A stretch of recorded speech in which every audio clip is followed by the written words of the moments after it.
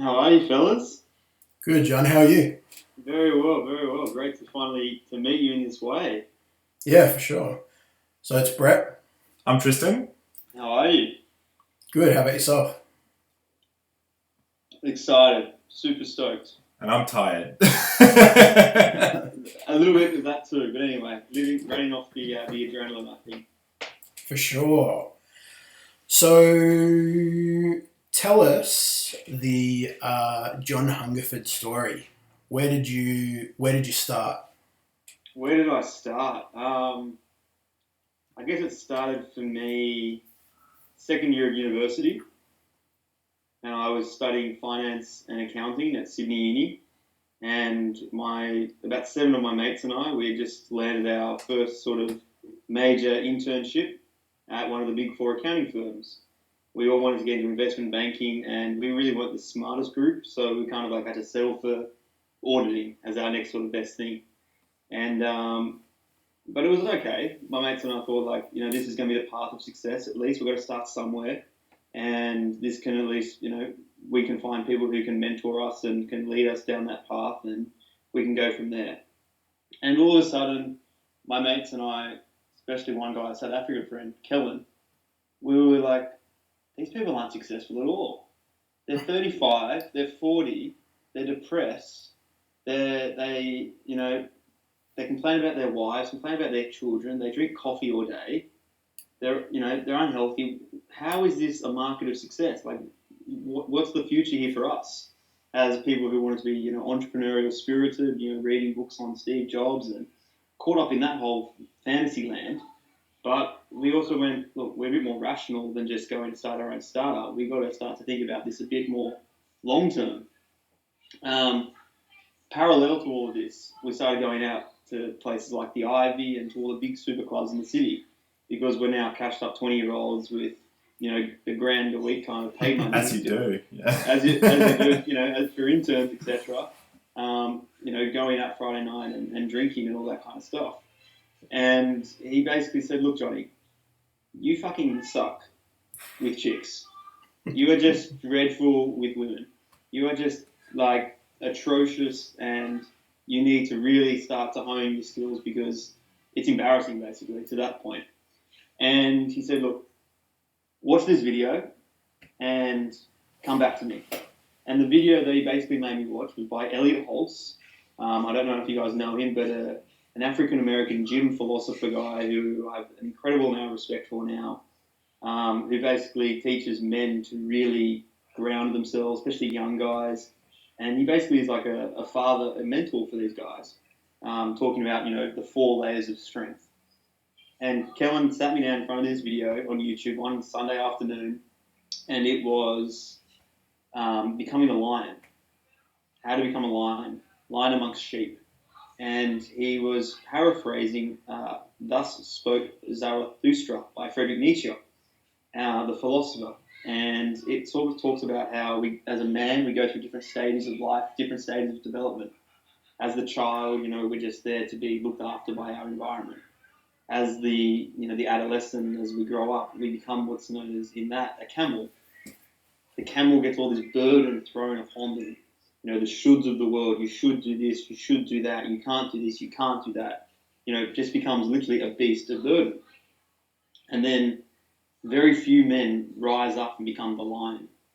Very few men take that next step and slay the dragon that is blocking them from their, deepest purpose and their fulfillment of their dreams, etc. And when you rise up and become the lion, you're going to come across dragons. And those dragons are you can't do that. And, you must do this.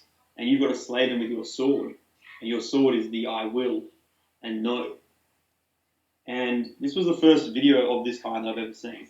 Like, normally I would watch, my YouTube would be either Jimmy Fallon live, or it would be things around, old school business, Warren Buffett videos and Bloomberg, basically. And to watch this guy just talk so authentically, my body was just vibrating. It was resonating. Something was awakening in my being that I didn't know existed before. And I'm sort of sitting there going, holy fuck, what am I doing? Do you think you built up to that, or do you think like it was like a one moment that kind of kicked you into gear? Like you sound like you're someone who, from the get go, you kind of had this idea that these people would mentor you, and it would be a process to develop yourself. So you kind of were already on track to Absolutely. try and improve yourself, and a lot of people don't. Well, I've found a lot of people don't seem to have that drive. So do you feel like you were most of the way there when you watched the video, or were halfway there and like it just kicked you the rest of the way and off you went? I've had the ambition to be successful since I was about 12, maybe even younger, 10. And I've always looked, when I was growing up, always looking for what was the marker of success where I was. So when I was 8 or 9 or something like that, I remember Dad introduced me to a stockbroker, and that was the most successful person I ever met. So I was like, that's what I want to be, a stockbroker. And then I heard about Warren Buffett when I was like 12 and 13. It's like, no, that's what I want to be. I want to be like Warren. So I would watch documentaries on Warren Buffett because to me he was the marker of success in my personality. And I remember him talking about the most influential book for him, which was How to Win Friends and Influence People. So I think I read that maybe 3 or 4 times by the time I was 16 anyway. So I always had this knowing. When people ask me, what do you want to do with your life? My answer would always be own companies, plural. And they're like, well, what kind of companies? What kind of industry? I said, everything. Just all industries. I don't care. Like, I just know that I'm here to add value this way. I know that I'm here to be a leader. I know that I'm here to be a manager. I know that I'm here to work with people. And I've got to figure out how to do that. And when I went off to uni, I originally went there to study marketing and psychology within my commerce degree to understand how people think, to sell them shit they didn't need. But all of a sudden, social conditioning starts to kick into gear, and you start to believe that marketing's not going to get you the job that you so hope it will. The realization of the current workspace kind of sinks in, and you realize that, hang on, you're not so special anymore, and maybe you've got to stand out from the crowd a bit differently, and maybe that going down this route's not going to be the way forward. And I took a lot of advice from my father, a lot of advice from my father's clients. He's also in finance, and I trusted them. I went, okay, I'm going to get my CA, Chartered Accountancy, the qualification for auditing, basically, for accounting. And my rationale was I'm going to use that as the basis for business, the language of business, and I'll move on from there. And I guess in terms of the mindset kind of things, it's always sort of been there. I've always felt like this inner drive of just, I want success. But I didn't have the knowledge of knowing myself. I always had the desire. I always had the intent that that's what I wanted, but I never had the awareness, the self-awareness to actually go within and to understand my own core strengths, to understand my own core values, and to understand my real deeper purpose for being here in this lifetime, in this body, so to speak. So when I'm watching his Elliott video, I felt like it was like it was finally the thing that was the final thing that was going to wake me up to get the ball rolling. And from then on, I watched everything of his. I started going to the gym differently. Instead of doing bodybuilding routines, I would do things like breathing exercises, breathe into my balls, grounding exercises, qigong, really slow down, open up my chest, and learn how to express myself and yell and scream and just let out all that built up energy and emotion that is so caught up in so many young men. And I just let that rip, basically. And paralleling watching Elliott, Kellen also suggested I look into a guy named Owen Cook, RSD Tyler, in the pickup community, because my skills were that bad that I actually needed to know pickup skills. So I delved straight into that. I'm a very, compulsive learner, and I get very immersed in something very quickly, and I want to learn everything about it very quickly and then apply it straight away. So do you think that made you read a lot when you were younger? Nope. I didn't read anything. Interesting. I did not A question on that pickup point. Do you find that learning from someone or someone teaching you about how to be more approachable or how to pick up girls or whatever that is. Yeah. Do you think that helped you more than like the gym stuff you were talking about? You know, just becoming more confident in yourself. Because I feel like I think personally, when you start feeling confident about yourself, it compounds you. You know, it doesn't really matter anymore. You know, you're confident, and then that shows to everyone else. So, Yep. which one, like, do you think that helped more, or they? Absolutely. I feel that the gym stuff was very particular, and it was more very masculine. It wasn't like going, you'll be doing this to get big. It's like, no, you're doing this to learn how to ground your masculine energy. Yeah. So it was very much about becoming present and in the moment is what really Elliot was trying to teach people. Very much the self-awareness aspects around why you're going to the gym. You were going there to get in touch with the mind-body connection and to open up the spirit that way. Whereas Tyler and the World of Pickup was very much what you were saying. It's about getting over that fear, getting to that state of mind of just like, I'm just going to keep doing it. I'm just going to keep doing it. I'm just going to keep, if I get rejected, it doesn't matter. Every conversation that you have with another girl is a win. Every dance that you get, every makeout is another win. Every, next step, like that's a win, that's a win, that's a win. And I had some great experiences, like absolutely phenomenal experiences. And, being the Ivy yelling like a lion, because that was a way of learning how to express myself and just be confident in a public setting, just to go, fuck, like that kind of stuff. Yeah. Whatever it was. Have you seen the movie Wanderlust? I haven't. Oh, okay. It's Paul Rudd, and there's this scene in it where this guy it's a bit of a comedy, but this guy who's like one with nature, and he's teaching them how to like let things go, and it's pretty much that, where you're just like kind of stretching but moving yourself almost in like yoga poses, but like yelling and that kind of thing. And that's exactly what I'm thinking of. Like, sorry, it's all I can picture right now. But like, I can, like, I haven't done it myself. I guess I yell at Brett sometimes. Maybe that counts. But like, it seems like it's a liberating thing to do. And not to feel weird about it. It's like anyone can do it. You can say scream, and someone will do that on command. But like, to not feel insecure about expressing yourself in that way. Yeah. Absolutely. For me, one of the biggest things that really helped in this area was one of Tyler's conferences. It was a super conference. It was like a 4-day thing I torrented, stole, as you would as a 20-year-old, no money. And in that, he gets these guys to go on stage and to yell. And he says, and it's an audio book, so I'm listening to it, an audio. And he's like, yell. And they're like, ah. He's like, no, yell. I'm like, yeah. He's like, fucking yell. And he just like finally gets like, after 5 goes, gets the really big one.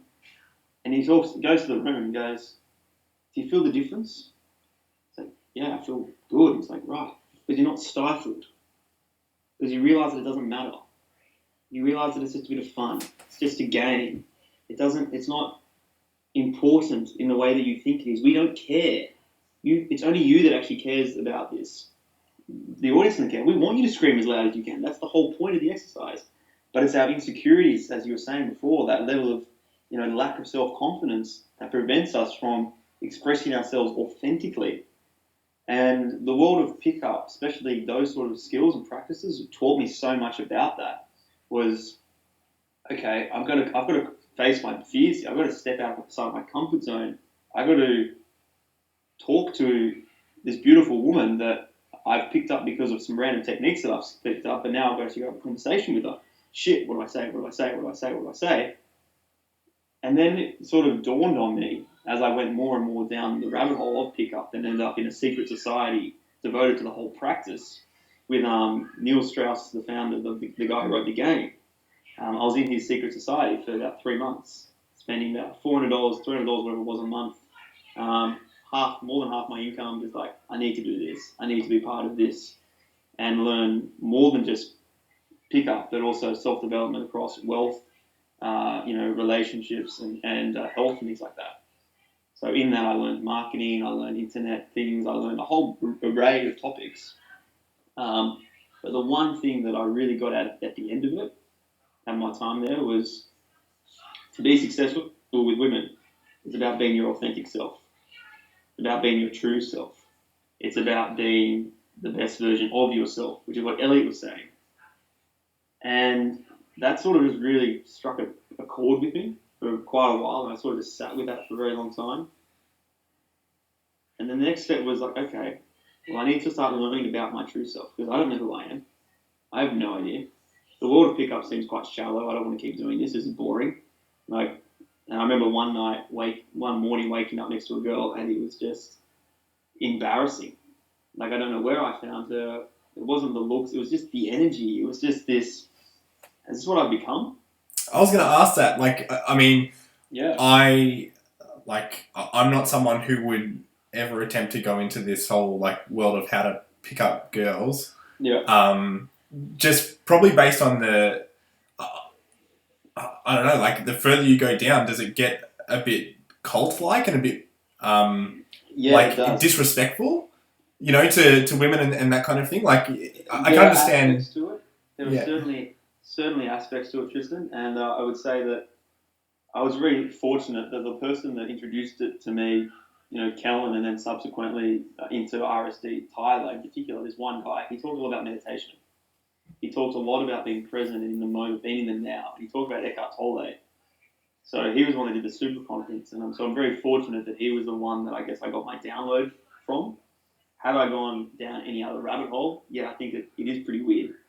But I'm not an authority on any other ones. I only have my direct experience, which was through Owen. Tyler is his alias. And he was very much about just being authentic, being real, being true. And he saw himself as really, you know, real social dynamics, RSD, real social dynamics. It was all about understanding that, you know, if you've got some insecurities, you've got to get over those insecurities. And it's more just the goal set of picking up women becomes the selling point. But really the end goal for him as a coach was self-development. And he's a self-development coach. That's really what he's doing. Yeah. In the same way that Elliot Holtz was a self-development coach, using the avenue of strength training and bodybuilding and, you know, going to the gym and aesthetics. In the same way that Ty Lopez, who a lot of people know out there, you know, he's a self-development coach. He's using the avenue of finance and money. But what he's really doing is teaching self-awareness. So what I learned through my journey was that all these different avenues can teach self-awareness. They can teach people to become who they are. And it's about finding what resonates mostly with you. Now, for me, I'm a bit of an anomaly. I sort of had to have a little bit of everything. Like, that's kind of how I am in a buffet. It's like, you know, one of this, one of that, one of that, one of that, one of that. And I feel like that's kind of just one of my skill sets, and one of my strengths is I want to understand the whole picture, but also respecting that some people might just really resonate with RSD Tyler and just study him for the next 10 years of their life. Or they might be a devout student of Elliot Holtz, or Ty Lopez, or Eckhart Tolle, or whoever it is, Alan Watts. All these different leaders and movers and shakers around the self-development world. Some people just stick with one. Some people need an array, and some feel they don't need any. Do you feel with that kind of approach that some things don't get enough attention from you? So if you're, you know, if you're trying to cover all of these different methods or these different, I guess you've got all these different mentors, it sounds like you're implementing that kind of practice in, you know, your ultimate goal to own businesses. Yeah. So I guess what Brett and I are trying to do, we're definitely trying to focus on this one business. I don't know how much Brett's talked to you about it. Obviously, this is the first time we've ever talked. But yeah, do you find that, like, if that's your approach, that you're worried that you don't spend enough time on one thing? Yes, and that was the sort of the realization at the end of that year of real solid self-development, of trying to do all these different pillars of health, wealth, love, and relationships, etc. And having different mentors for each category. When I sat back and went, well, what is the common factor amongst all these guys? What links them all? What makes them work? And then it really sort of just hit me really clearly, and it was, they're following their heart, they're following their passion, they're doing their one thing. That's why they work. That's why Elliot Holtz can sell authenticity, because he is being authentic. And that's, his background is through strength training and being a former pro NFL player and all this kind of stuff. Tyler, the strange little nerdy kid at school who had to become self-confident through, trying to pick up women. Like, that's his journey. And then you've got, Ty Lopez. He read a book a day when he was a kid, and that's what he's selling. Like, that's his journey. That's why they all work. And I had to look at them and go, well, what is the one thing that I do? What is my truth? That's their truth, and that is their truth. The only truth that we have is your truth, your own personal version, and that's really what I started to discover when I looked at these guys and went, what is the common denominator? And if I can find that, then that's really what's true. And now, as someone that loves to learn anyway, like I do read now a lot, audiobooks and all this kind of stuff, and I basically met you guys because of Gary Vaynerchuk. I feel like when you know that the secret to anyone's success is that they're who they are, then you can try to understand who they are first. And then all the tactics that they've ever taught come second nature. And I started to do that a lot more. I would just listen to someone. I would sit down, read a book, and I would try to understand the person who wrote the book. Not the context, not the content, but I would rather understand the context in which the content was produced. And whether that was reading a Heston Blumenthal cookbook and understanding like where his passion for food actually comes from, and where it comes from a moment in time when he was in a restaurant in south of France or Italy or something like that, and he's been trying to recreate that experience ever since, and that's where his passion comes from. Or whether it was Tyler who's trying to encourage young men to get over that self-confidence because he got rejected on Valentine's Day, when he was like 17 or whatever it is.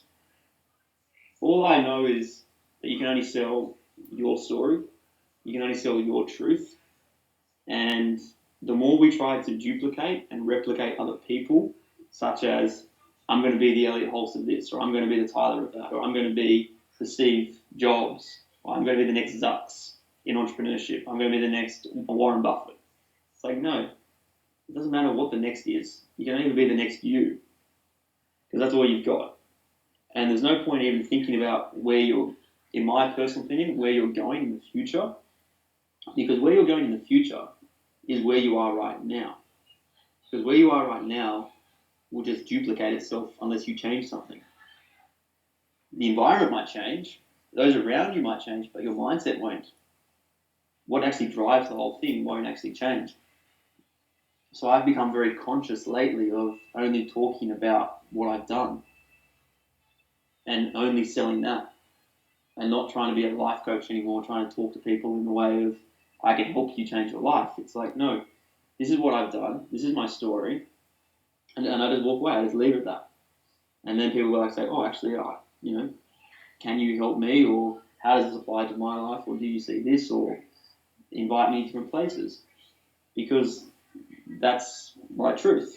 In the same way that Elliot's truth was to be a strength coach and a neuromuscular training expert, that's his. And that was the biggest thing that I got out of my whole sort of journey, that everyone has their own version of what's real, what's authentic to them, and that those that are really, truly successful in this world are not trying to mirror anyone. Gary Vee is not trying to mirror anyone. He's just doing his thing the way he knows how. I find it quite funny that when I do my thing the way that I know how, I somehow am very similar to him, which is kind of ironic. But I don't feel like I am emulating him. I feel like I'm being myself and seeing like, wow, there's really some similarities here. Whereas before, when I was studying Elliot, Tyler, and Ty Lopez, etc., I was trying to create myself as them. When I was trying to emulate Warren Buffett, I was trying to I'm going to try to create myself as him. Right, and I'll read all the books that they read. You know, they'll give you a book list. What book should I read? Oh well, this is what Warren reads. This is what Elliot reads. So I'll read each one of them, and that helps. And it helps you understand a bit more about who they are. But again, as Gary says, like he doesn't read books. He just follows his own gut because it's him. He listens to his environment.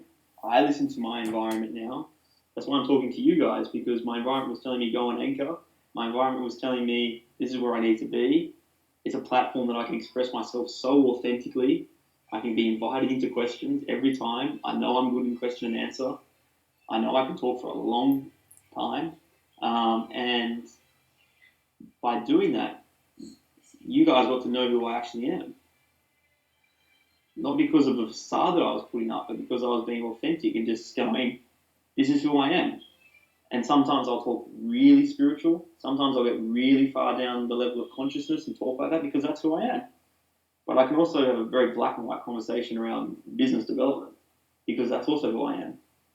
And I am those things because that's what I have experienced in my life. At first it was biz dev and, you know, going to business school and finance and accounting and all that kind of stuff. And then when I went on through all this self-awareness journey, that opened up the spiritual worlds. And I've had some pretty crazy experiences, which are all, you know, in that book that we talked about before. And it just sort of continues. And the more I allow myself to embrace the past by having these kind of conversations where I get to talk purely about what I've done, not where I'm going, then the more that where I'm going is awesome. Because it's showing that I'm accepting where I am right now. It makes me want to talk about like everything that we've done now and not even think about, you know, our goals and that kind of stuff. Because we've done some pretty, like, I mean, to get here, like I said, I don't know how much Brett's told you about us, but we're trying to, I guess for the people who don't have the same kind of that self-awareness, that drive that you clearly have, yep. we want people to realize how easy it is to get that.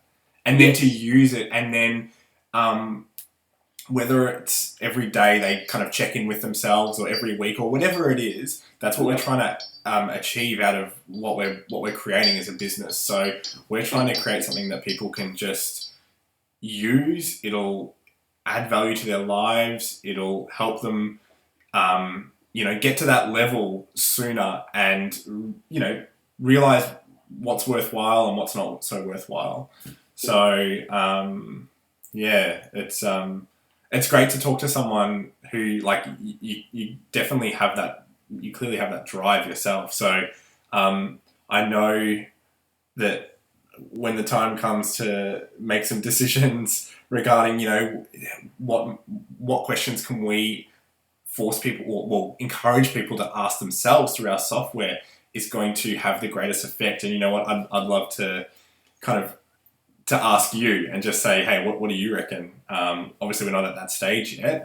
We're still doing a lot of planning and building the software. But yeah, you know, we need to speak to people and figure out what works, because there's a lot of people out there who, and I'm sure you understand this, there's a lot of people who look at self-help stuff or personal development as like, yeah, you know, no, I'm fine. Like, I got this, you know. But they haven't had that realization. They haven't seen that, you know, in your example, they haven't seen that video. They haven't received that kick where they go, wow, like, I don't want to become, you know, my manager or whatever it is that the next level up is in their current position or role or whatever.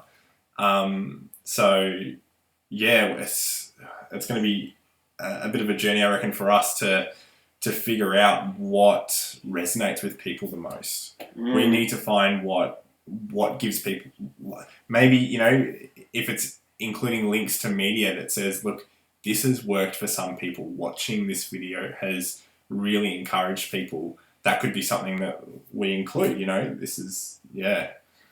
And I think it's, like you said before, John, that it's about authenticity. So understanding who you are and then following that path to really, I guess, expand your own mind about who you are and where you should be and what steps you need to take to be able to get there. And a lot of that is going to be through trial and error for most people. And, Yep.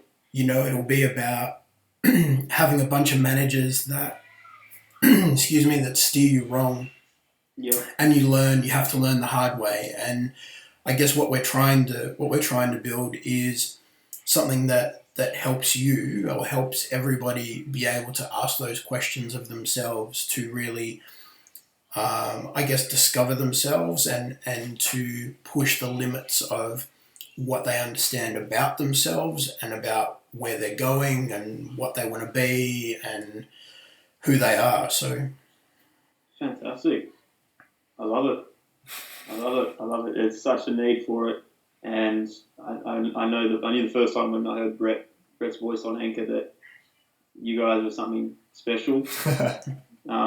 Just the level of integrity that this project is coming from, the level that it's the place that it's coming from within you guys is just pure. It's authentic. It's real. And because of that, it's going to succeed. We've spoken to friends who, even if they haven't, they haven't received that kick, they a lot of people, if you ask them, if they want to be successful in life, of course they're going to say yes. And what their dream is, it's probably going to be something different to what they're currently doing.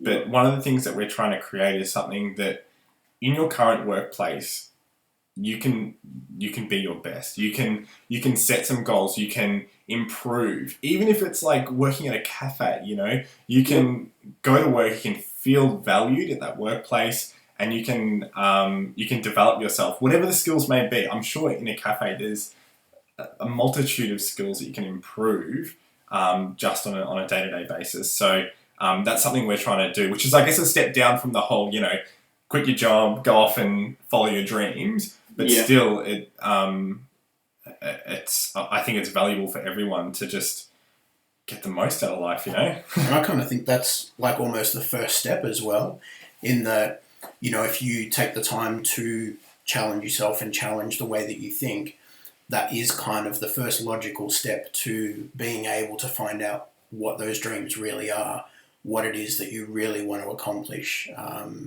who you're trying to serve. And then when you get to the bottom of that, that's really when you can start applying, I guess, some of the answers that you've got to where that might lead you or what path you should be going down. And I think each time that you sort of test yourself a little bit, you get a little bit closer to that discovery of what you're here for. Absolutely. And it's, for me, in my own journey, very ironic that I actually end up doing auditing, because I audit my life every day. Every moment I'm like, am I keeping it real? I'm doing an audit on my life. Am I in balance? Am I out in balance in some way, some shape or form? And I think what you guys are doing around keeping it real, the whole concept of you can just quit your 9 to 5 and then go chase your dreams, to me is a fantasy and it's delusion and it's not serving anyone. Because I didn't do any of this by quitting my job. In fact, I actually went and got another job. I was working harder whilst doing my self-development because it became easier to do my work. And I found out ways that I could work more productively, and I would practice on all those ways of learning, all the Tim Ferriss kind of hacks. I would employ in my workplace just to learn them so that I could spend the next 2 hours watching self-development movies on YouTube because I finished my work early. And so I look at those people who go on that journey of just sort of, they run away. And it's a big question that I get from young people these days who remotely understand what I'm sort of saying. And I'll ask is, should I just stick out? Should I just go traveling? It's like, no, that's not the answer. Unless you're going to go consciously traveling and not drink and not party and just be with yourself or listen to your environment completely and just take nothing other than a notepad or just audiobooks, then traveling is not the answer. That's just escapism. I'm not here to judge anyone's escapism, but I don't want to also call, let's call, if a kettle's kettle, let's call it a kettle. Traveling when you're trying to run away from your problems, that's escaping. So I love what you guys are doing, which is keeping it real and keeping people grounded. It's like, look, you don't have to reinvent the wheel. You don't have to change yourself overnight. You can do something as simple as 5 minutes of meditation a day. You can do something as simple as asking the very question is, how can I add value today? How can I add value to myself, to my co-workers, to others? And I know, Brett, Chance from Anchor, the American guy, but his Snapchat every day, he asks 3 core questions. And one of them is, he just says, questions drive consciousness. And it's a Tony Robbins kind of principle that, once we ask our mind a question, it is designed to go search for an answer. So once we ask the question of, who am I? Our mind will start looking for an answer. Our consciousness will want to answer that question. When we ask the question, what is my deepest purpose? Every day, as I did for 3 months straight, I asked my question, what is my deepest purpose? What is my deepest purpose? How do I live my deepest purpose? The answers eventually come. It takes a while. You get one idea, you write it down, and it's like, okay, my deepest purpose initially was to invest in companies, I think it was originally. And then it was like, okay, to invest in companies built by conscious people. And then it was like, actually, no, it's to develop conscious people. And then it was like, oh, maybe it's to develop conscious people into companies. So you refine it, you reiterate it, you audit it every day. And questions do drive consciousness. They truly do. As soon as you ask a question, you're going to go out looking for it. And I feel like the biggest ones are, who am I? What is my deepest purpose? And how do I share my gifts with the world? And they're not the same questions like, what are my strengths and weaknesses? Because people don't know what their strengths and weaknesses are. Because what's a strength? A strength is based in the moment. It's contextualized. It's not, you can say, this is what I'm always good at. It's, this is what you're good at in the moment. If you don't need to lift 300 kilos, it doesn't matter if your strength is lifting 300 kilos, unless you're in the gym. If your strength is writing, but yet you're a photographer or something, and writing's got nothing to do with your job, then you don't need to think about it as a strength. Like, what's your purpose? Your purpose is to be yourself. But when we ask the question, what is my deepest purpose? I found that you begin to learn through time that your purpose is just to be you, to be authentic in every moment, with every single person, and you can then shape what your purpose will be in the same way that mine is develop entrepreneurs and invest in them. But I had to let that go at some point. And I let that go the day that I quit my job, 2 days before I quit my job at EY. I basically was meditating and was guided to the belief that, look, this isn't your purpose anymore. Developing entrepreneurs and investing in them is not what you're here to do. You need to go after this more spiritual one, and then you'll get there. And I feel like that's what my journey has taught me, is I've now come back to the point of your deepest purpose is to be yourself. And that's why my cover photo on my Facebook is, purpose isn't something that you do, it's something that you are. And if you guys could create something that can guide people to know who they are through those simple questions, through those simple skill sets that they can implement daily, working towards knowing who they are, working so they don't just feel like they're a pawn in the machine, feeling like they actually have value at that coffee shop. Because someone's deepest purpose might be in that coffee shop to take over the social media and to really change the entire context of the thing. Because she might that individual, I don't know why I said she, but she might identify that her deepest purpose is to build brand attention. And she can go, okay, wow, that's who I am. I've always done that. That's what I did as a kid. That's what I did with my friends. I help my friends' Instagram page grow. That's what I do. Well, I'm in this coffee shop. Why don't I pitch that to my boss? Or why don't I talk to the guy I'm already with? You don't have to run away. You don't have to say that now I've got to leave and no longer work in this company. It's like, no, learn how you can adapt where you are already. Because where you are is where you are. And nothing's going to change that. And not accepting that is resistance. And what resists persists. And so many people are resisting what is. And I did the same thing when I was at EY. In my first sort of few weeks when I was there, I would complain about it to my friends. Like, oh, this sucks. It's not what I want to do. Da da da da. And all of a sudden, had a complete reframe after reading a book that Mum gave me on, what was it, Esther and Jerry Hicks or something, like the old school self-development kind of stuff. And I started saying, I write every morning, I will enjoy EY for as long as I need to. And in saying that, and creating the question around the question that my consciousness needed to answer, how do I enjoy EY, basically? The next week was a breeze. It was beautiful. But also, at the end of that week, it was like, no more. It's over. Time to quit. So I look at that as an analogy, like diving into the deep end of the pool. So many people are swimming around the shallow end. And that's what I was doing when I was at EY. I was like, I don't want to be here. I don't want to be here. I don't want to be here. I don't want to be here. I don't want to be here. And just make a lot of noise. Rather than going, I am here. Let's make the most of it. And when you make the most of it, something bizarre happens in this universe that we live in. I have found through experience that it's over in a flash. It's like, cool, lesson learned, move on. Lesson learned, move on. That's what that was for. That was a stepping stone to where your next move is, and it always will be. People say, oh, life's not about stepping stones, it's about staying still in the moment. It's like, that's an illogical fallacy because time moves forward.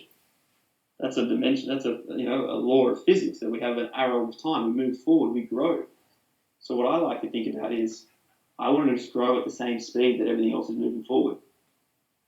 As long as I'm evolving with evolution itself, as long as my self-growth is in line with that every moment of the way, then that's the best thing that I can do, and that's how I can add the most value to myself and subsequently to everyone else. Because we all have a role here, we all have a purpose. That purpose is to be ourselves, and when we are ourselves, then we're the ingredient, we're the right ingredient for the cake that we're making of life, or whatever concept you want to use, pie of life. I have a question, John. Please. What's the most common medium that people use to contact you? Obviously you've got so much you could kind of teach a lot of people, it seems. Yeah. How do people, how do you get, it seems like you must have like clients or something like that, or people who just want to seek your advice.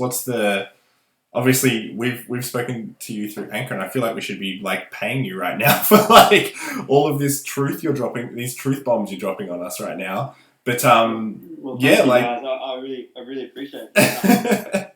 Well, as I said to Brett, this is like this is new territory for me.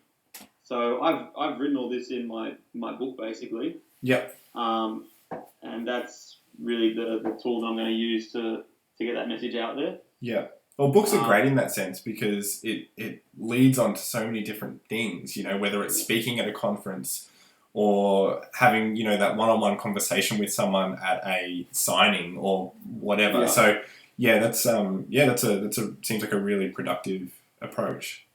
And for me, my greatest skill is one-on-one. So if you notice when I'm talking to both of you, I actually look at one person at a time, and I'm talking to one of you at a time. I can't talk to both of you. That's just something that I've learned about myself. That's part of my design, my energy. I can't. So I don't think public speaking is going to be part of my path. I really don't. What I want to do is develop. I want to be the person behind the Tony Robinses of the future.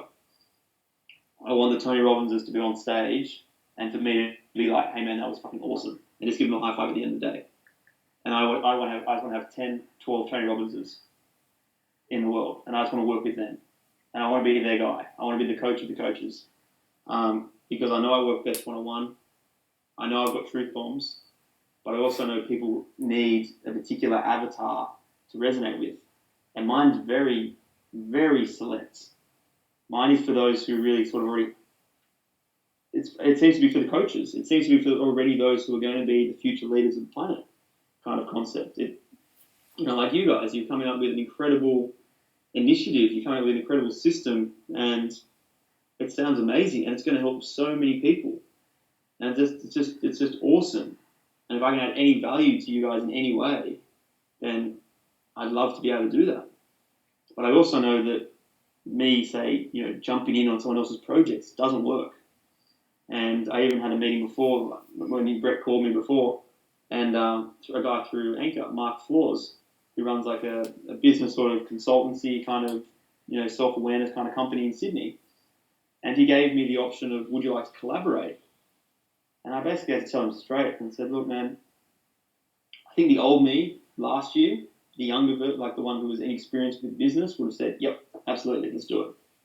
But I'm now self-aware enough to know that my greatest strength is, if you want me to be a part of your path, to you, Mark, then I'm happy. I want to do that, and we can work together. But I'm not here to collaborate, because that's your thing, and I don't want to get involved in your thing. I want to empower you to own your thing, and that's my thing. That's interesting, because we that's kind of what Ahmed was all about. So we've had meetings with a great guy. He's invested in a company that Brett's friend is starting up, and just through that contact, we ended up having two sit downs with him, and explained our plan and where we were going, and as a result, Brett and I had discussions about what if we were offered something to as an investment to our company, and we're thinking, wow, that means suddenly we don't have I guess total say in what happens, and that was scary for us, and ultimately Ahmed was actually fantastic, because he seemed to understand the whole, look, this idea, this project is your baby, and you guys clearly have the drive to do it, and you're going to do it. Go make it fantastic. If you need someone to talk to about it, I'm here. And ultimately, nothing came from any kind of investment, but I feel like that's better. It's better. For us, I think us having I guess full control over that is ideal. I couldn't imagine it any other way. Having even between us two, there's enough ideas flowing and a lot of bouncing back and forth off each other and refining things, and we seem to do quite well together, because I feel like I'm a programmer, so I think about things very technically. I love maths, physics, all that kind of stuff, whereas Brett is definitely the creative. So it works really well to have that dynamic, because he might have this great idea and I'll say, I don't know how that's going to work, and we kind of figure it out either way. And this is, so Brett used to be my manager at IronNet, the internet company. So and we made a fantastic tool called II Assist, and it was to help people internally at IronNet develop themselves. And it was so successful, and we reckon it was really due to the fact that Brett wasn't telling me you have to make this. It was a collaboration. Together we were like, look, what could we make that's going to make people's lives easier in this workplace, in this call center? And that dynamic hopefully will carry us further than where we are now. So anytime that I guess I describe the relationship between Tristan and I always sort of say we're like the two halves of the brain, in that we kind of balance each other out, the strengths and weaknesses kind of thing. I think we definitely sort of, like Tristan said, we're definitely two very different visions, but together it's amazing. Perfect. And that's the way it should be. That's, whether it's a solo, just a single entrepreneur on their own, and they're trying to build their own company, or whether it's two people coming together, collaborating as a partnership, or I don't know, whatever the structure is that you guys have set up, but it's awesome that the essence is there, and that's the authentic thing, and that's going to bind the thing together, and that the crucial team it's a team. It's in the name. It's not going anywhere. Like that is the essence of it, and that's fantastic. And for me, that's all I want to do with other entrepreneurs and other leaders, is just ensure that the extent, whatever they create in this world, whatever product they put their name on, whatever business they want to create, whatever legacy they want to leave, it's my job to make sure that it's a pure extension of who they are as an individual. And if it's two people, then it's my job to make sure that those two people really are in sync and that there's no argy-bargy, whatever. This is my part, this is my part, or whatever. It's like, okay, this is an extension of us coming together in the same way that a divine, a real relationship is, between a man and a woman or whatever.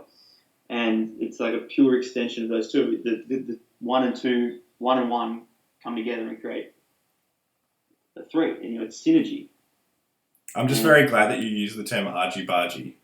That actually really pleases me. Because that's almost an understatement to how our discussions go. Even now, so I'm in the process of making an SVG of our logo, so a scalar vector graphic, which means that you could put it on a projector at some huge resolution and it'll still look as crisp on those curves as if you had it as a tiny thing. And what this has created is, because we're still quite, I guess, young as a company or business, is that because now I'm creating this logo. Brett originally he used what was the website? 99 Designs. 99 Designs. Where you pay an amount and then you have all these designers who create these logos for you, and then you pick one and they refine it, and then eventually they hone in on something that you think, yes, that's what I want. Yeah. But yeah, with what we're doing right now, it allows us to tweak things ever so slightly. And I love symmetry. Like, I love having our logo perfectly in a circle, which it previously wasn't. Like, one of the bits of it, as I found out by messing around with it in like the equivalent of like Photoshop, is that like it was sticking out a bit, and I was like, Brett, come on, like the OCD in me needs to make this perfectly circular. So small things like that, I think it's good. It's actually good practice for us, because down the track there's going to be a lot hairier decisions that need to be made, I think, together. And we're practicing. Every day we're getting better at discussing my opinion versus Brett's opinion, and coming to some agreement. So yeah, like it's good. That's cool. No, that's cool. You guys be fine. Yeah, hopefully. It'll be sweet. So John, what I'd like to do is, because I want to, obviously we've been talking for almost an hour, and this will be amazing to be able to put out and share with people, because I think especially the content that you've talked about tonight, and the things that you've really delved deep on will be great for people to listen to, and just get a lot of value. So, but what I'd also like to do is hit you with maybe 5 like really quick questions. Sure. So that we can put this out on Anchor specifically. So these like 5 little questions as part of it. And then, obviously for people that want to watch or listen to the rest of the interview with you, then they can find that somewhere else. Fantastic. That's awesome. So in part of what we're building at the moment, obviously the first tool that we're building is for personal development. So I guess the goal is to try and help people be more introspective. So to be able to self-evaluate, to ask themselves questions so that they can challenge themselves and their own beliefs, and really try to grow without needing somebody there to coach them, to guide them, to, perhaps, maybe even tell them things rather than challenging them to find out themselves. So what we're doing at the moment is building like this huge database of questions. And what I'd love to do is to be able to fire like 5 at you. Cool. To see how you respond to those. Because it would be a very interesting experiment for us to see how somebody with your experience, what you would say to that. Okay, go for it. Looking forward to it. So the first one that I want to ask is, Do you think that you're competing with yourself or with others? And explain why you feel that way. I compete with the version of myself from the day before. Not saying that the one yesterday was wrong, but rather that today will be a new one, and I've got to keep up to date with where things are moving forward. I don't compete with other people. I see other people as a reflection of me, always. Cool. Awesome. What was your biggest distraction today, and what did you learn from that? Biggest distraction today would probably have been Anchor, as ironically, and going into places not necessarily invited. So it's trying to set up a few Skype calls myself by initiating action rather than this one, which was a clear invitation and far more valuable than some of the calls I've had today, where I sort of try to initiate, like, would you like to have a conversation, rather than going to a place that I know I'm only meant to go where I'm invited. So that would be, yes, that. Okay. I think that's the last thing that you're saying there. I think is an incredibly good point. In that, very early on, when I was trying to work on how do we build our audience, how do we build, like we don't have a product yet, we don't have anything. So for us, it was really about we just have to give value. We just have to give people stuff and put as much of it out there as we can. And eventually along the way, people will like something and they'll not like these other things. And that's cool because it doesn't really matter. At the end of the day, it's about what works for them and what might help them, or what they might share with a friend because they think they might like it. Or, it's not for us to judge what they might like or dislike. So I think for us, we really had to make sure that it wasn't about paying hundreds of dollars to buy likes on Facebook. It was about building an audience organically because they were connected with what we were putting out there.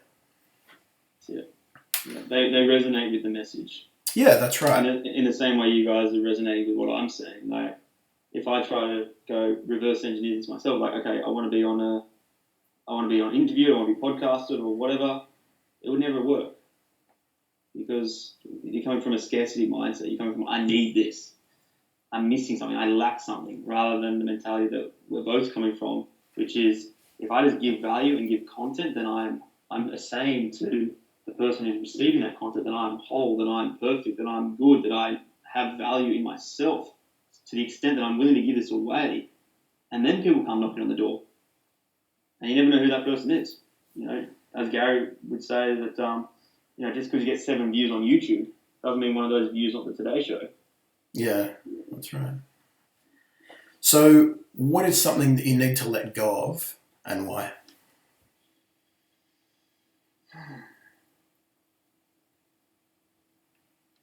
My relationship with my father.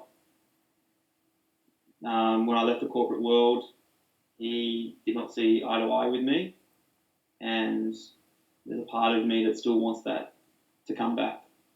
And I know that I've just got to let it go completely, and that he'll come when he's ready. That's awesome.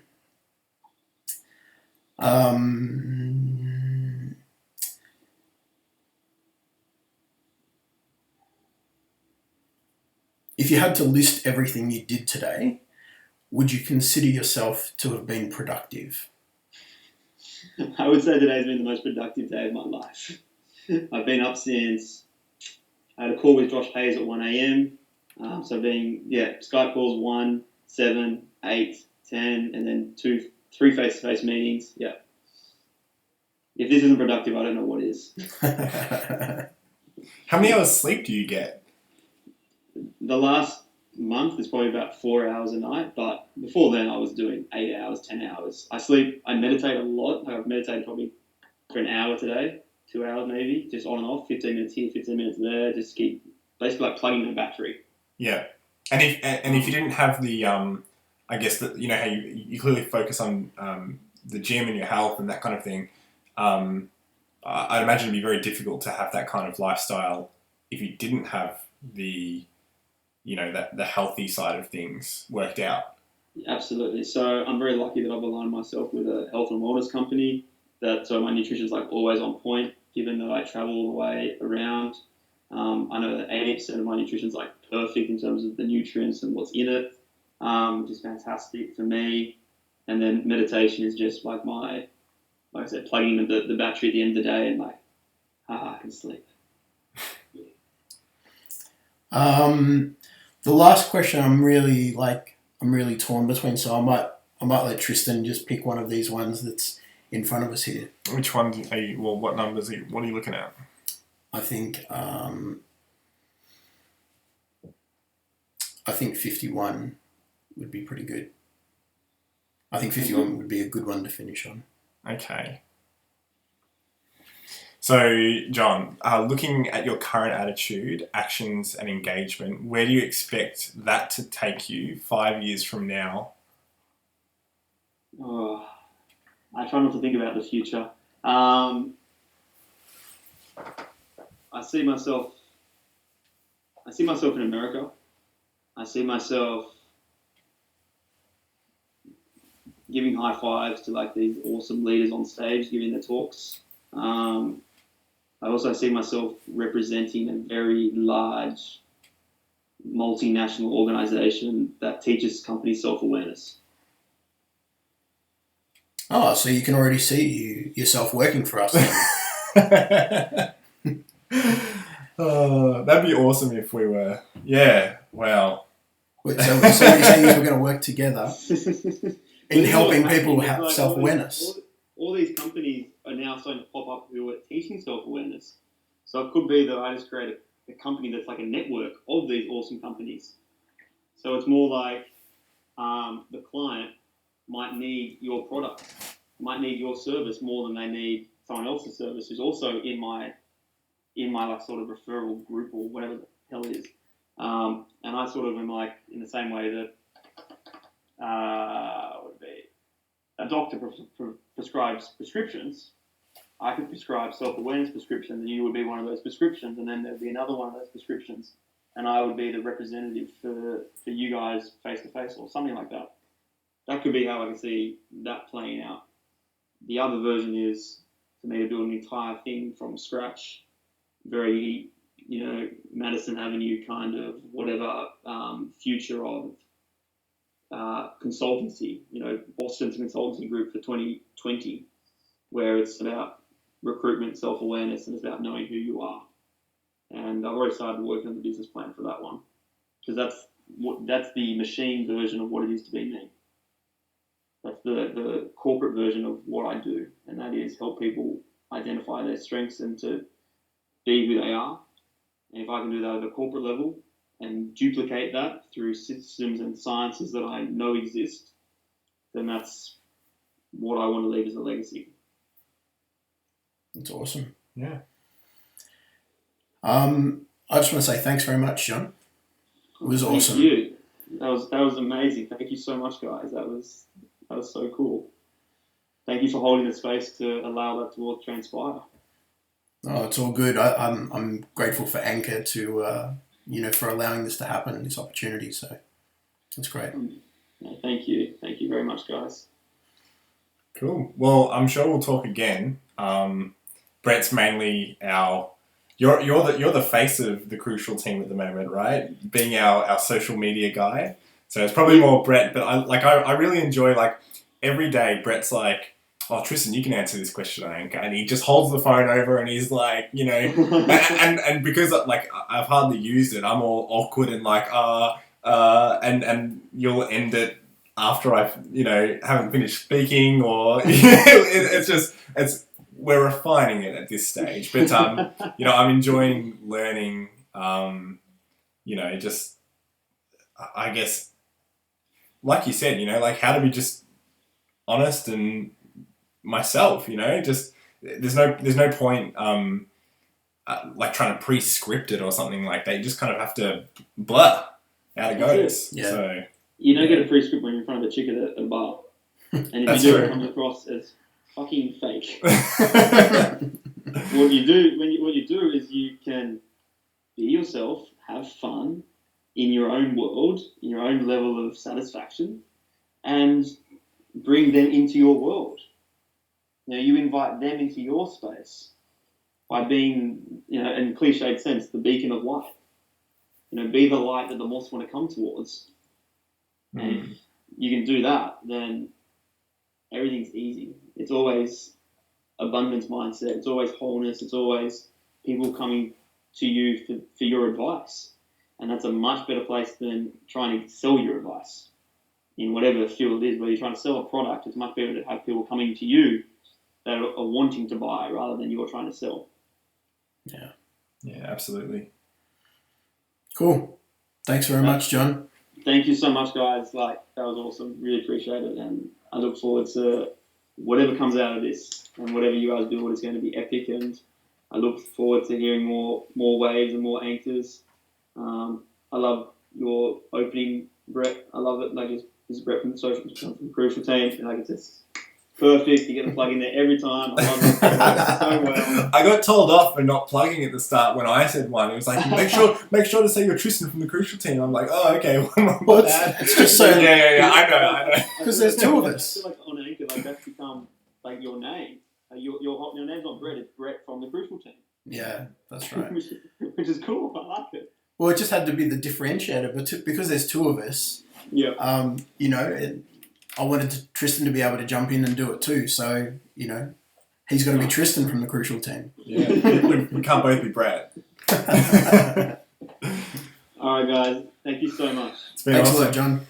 All right. Take care. See ya. Thank you. Bye.